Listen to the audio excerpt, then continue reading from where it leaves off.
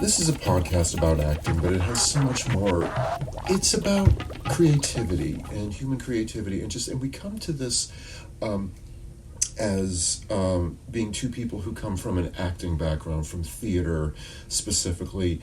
And if I've learned any one thing about acting over the course of the years, it comes down to this.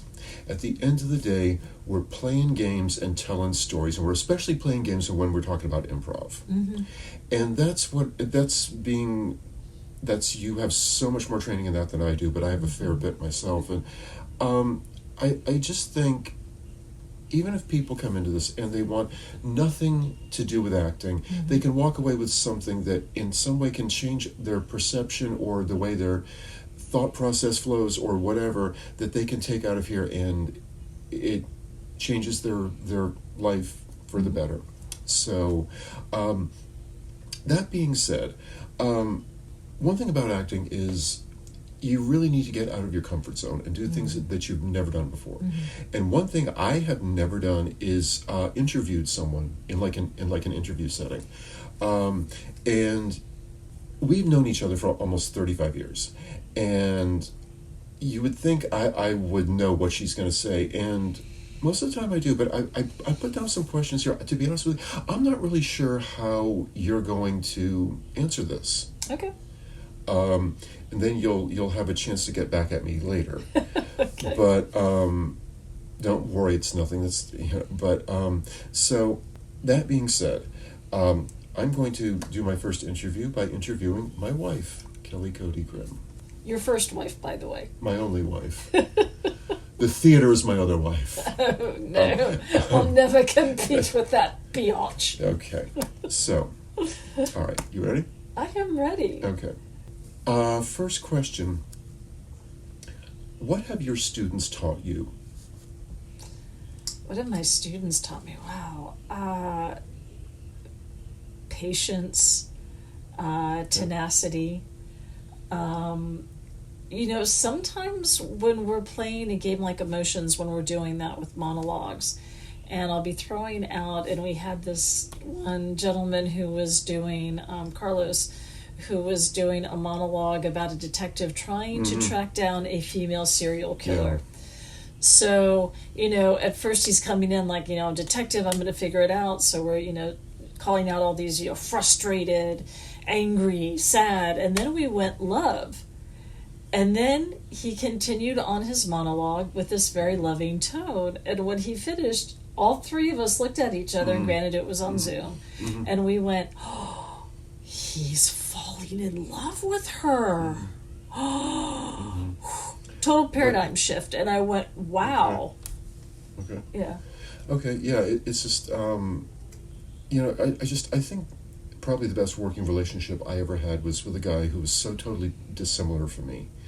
And the thing about us is that we had the wherewithal to talk and listen to one another and hold each other's opinions in equal respect and equal consideration. And what ultimately happens is, like, people will be like, I'll see things you'll never see, you'll see things I'll never see. But if we talk to each other in a respectful communication, we can disagree, but so long as respectfulness is there, we can learn so much from each other. And I mean, I've been humbled by students so many times. I mean, chokes me up a little bit at some points. Oh, yeah. With the slates and, some of the things that they'll tell us that they've been through, and that, I guess that we've made it a safe enough space for them to feel like they can share that. Exactly. I really feel honored when they do share that information, and, just want to say that, if they've been victimized and things like that, we're holding them in a secure, safe place. That they can feel that, where they don't feel like there's going to be judgment, but there's going to be support. And I think that's really important. Max and I, we've talked about that as teachers, is, sometimes you'll hear about these really, teachers that are really tough and they want to break you and things like that. And the way we like to teach is we're building a foundation, and you can't build a foundation if right away you're going to try to shatter that foundation. It's not something that's going to be strong to build on. Yeah.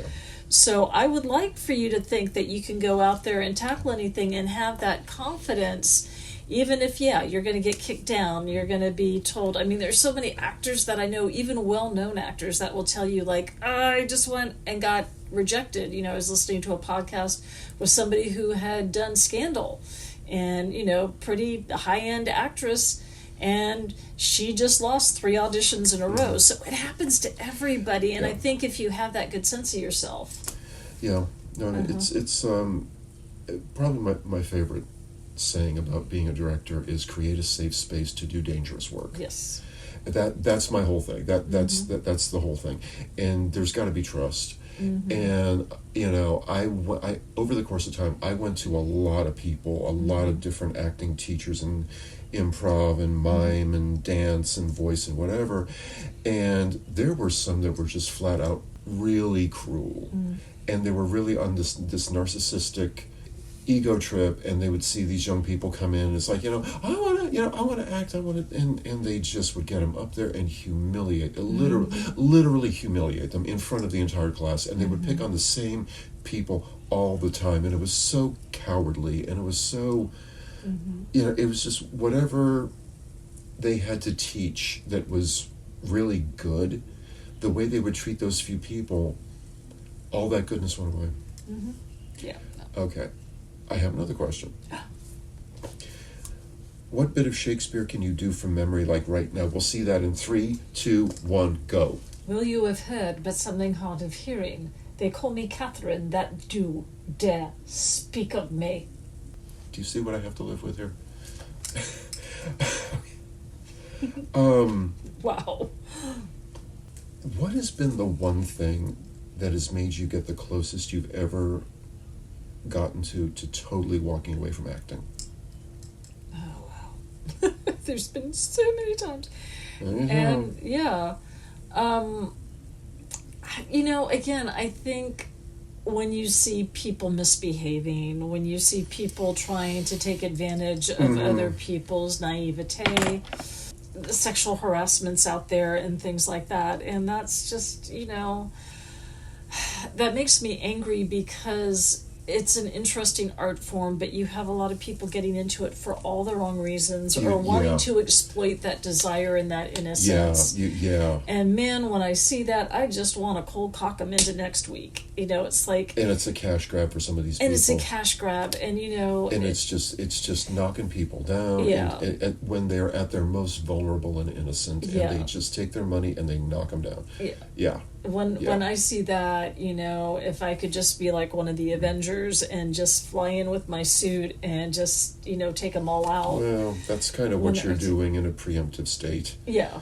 And we do, try to preach that to our students, is like, hey, if it doesn't feel right, if there's something that you're going, I don't think I want to do this. That's a pretty good sign that, maybe you need to ask. And we have had students go, hey, if they want to charge me thousands of dollars for a producer credit, is that cool? And I'm like, no.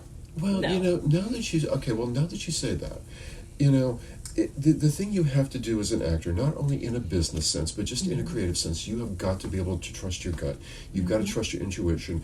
And the moment you start not trusting the gut and not trusting the intuition and the little voice back there that's going, no, this is malarkey, or yes, go for it. When you ignore that, not only in acting, but in my opinion, also in life, anywhere, when you don't trust your intuition, when you don't listen, that's when I've gotten into trouble. That's me, and I'm sure any number of people are nodding their heads going, please, that little voice is there to protect you. So if that little voice is going, no. I've heard Oprah has one, and again, I guess it depends on your faith tradition, but she'll go, you know what? I think I really need to pray on it. And that's, I think, a really good answer, because most people are going to go, okay, fine, and then she can back out of the room and figure out if this is the right thing for you. Prayer, meditate, or ruminate. Let me ruminate, think about it, meditate. All those I think are good. You don't have to give, and if they're pressuring you for an answer on the spot, that is a flag sign right there. Yes. 2-part question. Okay, 2 parts. What is in your opinion, the biggest misconception about acting? I think probably the sense is that not everybody can do it. I think to a certain extent, if you learn certain things, you can do it. You know, my thing with improv is pretty much anybody can learn improv. The only difference between me and somebody who's just learning it is I have more technique under my belt. It doesn't make me more creative. Well, it's just more life experience. Yeah, more life experience. But that doesn't mean that if I'm on stage with a very imaginative 5 or 6 year old, that they're not going to be able to jump in and present something just because they're so open. And it would be a mistake for me as a performer to assume this 5 or 6 year old's not going to be able to hold up their end of the bargain simply because of age, because man, their imaginations are sponges.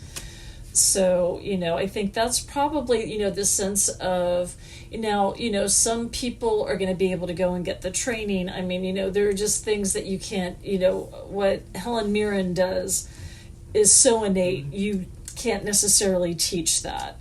You know, what Denzel Washington does, you know, there's a certain innateness, but I think if it's just even as a life skill, being able to get up in front of a group of people and be comfortable talking to them and relating to them as who you are as a human being, I really think most people can learn that. And I think, you know, I think the biggest mistake too is that there's an artifice to it, and oh bloody hell, oh whoa. But if you're just, you know, being very genuine about it, you know, I've been amazed at what, you know, I had a young lady today, and her monologue is the amazing bubble machine, and she is trying to sell to her dad that he can build a bubble machine so they can float anywhere they want, and she's so cute with it. And that's what we said is like, you really want this, so, you know, sell it, be that salesperson, and man, she nailed it. What have you learned from acting that has nothing to do with acting? I personally can answer this question for myself in a heartbeat, but let's just see what have I learned from acting that has nothing to do with acting is you'll figure it out. You will figure it out. That is usually what I have learned from improv is we tell ourselves, that's not a good idea, that could never work or whatever, and so we block the offers creatively that we give each other. But when you tell yourself, you know what, I can do this, I'm going to give it a try, and I'm not looking for perfection, but I'm going to strive for excellence, that for me was a real game changer. When I stopped trying to be a perfectionist. I remember being in the same room when that was said. Yeah, and I went, paradigm shift. I don't have to be perfect. Yeah. I can try to be excellent. I can be good. There is no, and as it was put to me, there's no such thing as perfection on this earth plane. And when I went, wow, you're right, it was like all this pressure that I've been putting on myself, you know, having to weigh a certain way, having to look a certain way, having, you know, am I enough? And when I heard that, I went, I'm going to be the best person I can be, but that best person is going to be imperfect. And it's those imperfections, I think, that make you interesting. If you were like totally perfection also can be a little boring. So if you have those imperfections, that makes you unique, it makes you interesting. And that for me, you know, just from acting is like, okay, you know, give yourself a break. You are enough. All right, I want to say two things to that. What have I learned from acting that has nothing to do with acting? Empathy and compassion. Yeah. Having to walk in somebody else's shoes. Yeah. And the other thing, what you just said, I remember hearing a story about the Navajo Indians and like the master tapestry weavers. They will intentionally put imperfect threads through the tapestry because if the tapestry illustrates life or whatever grand concept they're trying to expound upon with these beautiful, you know, hand-woven tapestries, they know you're not going to be perfect, and they intentionally put the imperfect lines through them to help convey that part of the story. So, yeah. And I have one more question. Why do you keep doing this? I love it. Thank you. I love it. I love creating. And there'll be times, I mean, I'll be honest with you, I'll start to teach a class and I'm like, oh God, am I into this? Do I really feel like doing this? And then 2 minutes in, I'm like, yeah, let's go. I still get nervous before classes. Oh, For yeah. as many as I've done, and you've done 10 times more than I have. Now you get to get back at me. Okay. All right. So I was watching an interview about acting techniques, and there's an acting exercise called hot seat. Okay, and that is, and but that's where when you're working on a character. And for a play or movie or whatever, you basically get up on stage or you sit in a chair, and then as your character, you are asked any amount of questions from everybody, from the director, from everybody else in the cast, for whoever happens to be in the room, and it can be anything, but you have to answer as your character. Okay, that's called hot seat. Okay, that's part one. Part two of it is there is a thing I recently discovered called Proust's questionnaire by Marcel Proust, or it wasn't written by him, but he popularized it, and it's a series of 37 questions, personal questions. Don't want to mention it because I don't want to misspeak, but there's apparently some very prestigious acting company and the directors to where it's part of their creative process when they're rehearsing these productions. At some point, they combine Proust questionnaire and hot seat. Okay, and the third thing I want to say about this, something I think there's very important in improvisation and the creative process in general, is that of randomization, and just stuff can happen. And I always loved the story about, he was the modern dance choreographer, that is, Merce Cunningham. He and his dancers never knew what numbers they were going to do and what order they were going to do them in until about maybe 10 minutes before the show, and he would actually throw I Ching. And whatever order the I Ching came up in, these were the 3 or 4 or 5 or whatever it is dance numbers that they were going to do tonight in this random order, and nobody knew it until 5-10 minutes before the show, and it's like an improv, and we'll see that in 3, 2, 1, go, and it's the same thing. So what I'm going to let you do here is, I was wondering why we had that bowl. I have this bowl full of little pieces of paper numbered 1 to 37. Okay, and over here I have written down Proust questionnaire, all 37 questions. So, what I'm going to let you do is close your eyes, okay? Reach into the bowl, pick out a number, okay? Number 14, okay. Find question 14, ask me. I'm not going to answer as a character, but... Which words or phrases do you most overuse? I won't say them here, but they probably have mostly four letters in them. I like to be a poet of profanity sometimes.